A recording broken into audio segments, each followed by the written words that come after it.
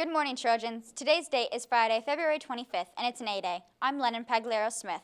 And I'm Aiden Clark. Our quote today is from Barry Goldwater, who was a senator from Arizona in the late 20th century.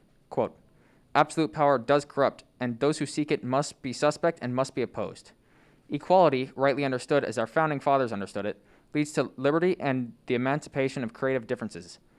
Wrongly understood, as it has been so tragically in our time, it leads first to conformity and then to despotism." Unquote.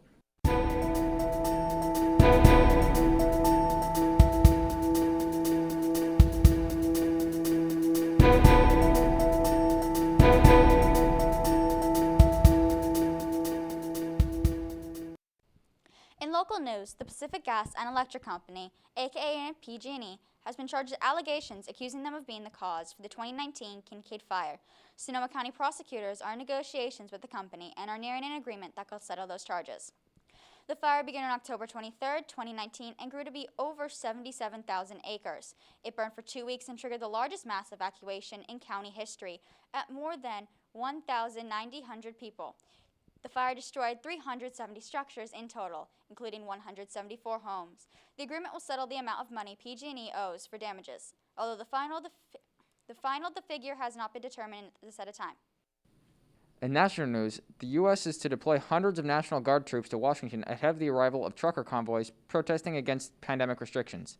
The truckers are protesting the national vaccine and mask mandate, replicating Canada's protesters who blocked the busiest border crossing between the U.S. and Canada. The truckers are protesting Washington, D.C. The troops will not be armed, but are stationed 24 hours a day in order to provide control.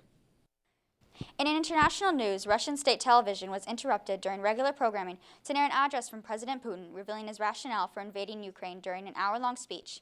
In short, Putin states that Russia recognizes the independence of the eastern Ukraine to be its own nation, but Ukraine itself was never supposed to be on its own state. He went on to state that any action taken by the West, such as joining NATO, will be seen as a direct threat to Russia.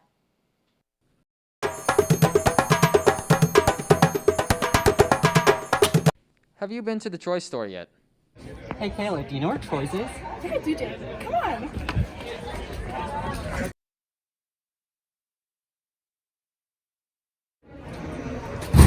Welcome to my crib. Let me give you a tour. Come with me. This is our merchandise. Next, we turn on all the lights. Oh. And then we do restocks. After that, we make sure we're stocked up on drinks and whipped cream, of course, for the hot chocolate. We also make sure that this is plugged in to make hot chocolate for when the break starts. Next thing we do after finishing stocking up is make sure we're set up for everything. We also have a speaker to play music, and we keep our sign up which says the prices of all our food. Come check out Troy's every break.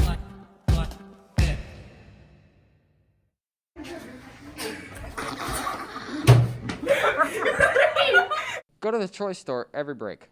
Happy National FFA Week. Here's your daily FFA/Ag fact for today. Did you know that if you enroll in an agricultural-based class, then you are automatically a member of the Petaluma FFA? We do activities such as community service, speaking competitions, build leadership skills, and travel to conferences around the state and country. Some members have livestock projects that they show at the local county fairs. Enroll in an ag class today. Remember, if you ate it, then a farmer grew it, and a trucker shipped it. Happy National FFA Week.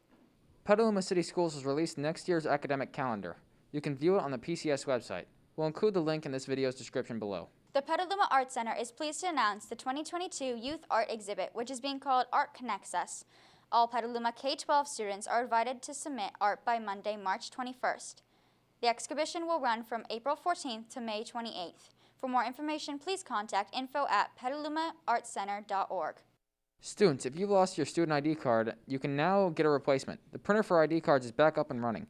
Please email Mr. Jackson at kjackson@petk12.org to receive your replacement card.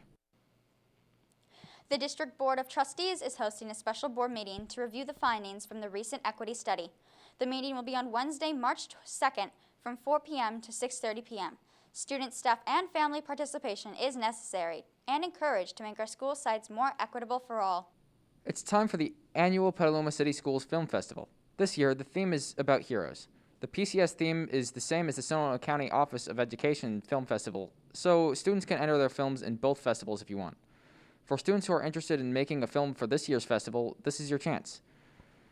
Films must be student-created and be any length of up to 5 minutes, including credits. The film has to abide by copyright and fair use policy. Students may submit only one individual film, but additional participation in group submissions is permitted. All films must be submitted by 11:59 p.m. on Friday, March 11th. To submit a film, you must first fill out an online registration form. The link to that form is in the description below. You'll need to use your PetK12 email address when filling out the form. And finally, all films must be uploaded to YouTube. Email Gina Roberts at groberts@petk12.org with any questions. Our club update starts with the Environmental Club, which meets today at lunch in room F13. Everyone is welcome, so go check it out. That's it for today's program. Stay safe out there, Trojans, and make it a great day.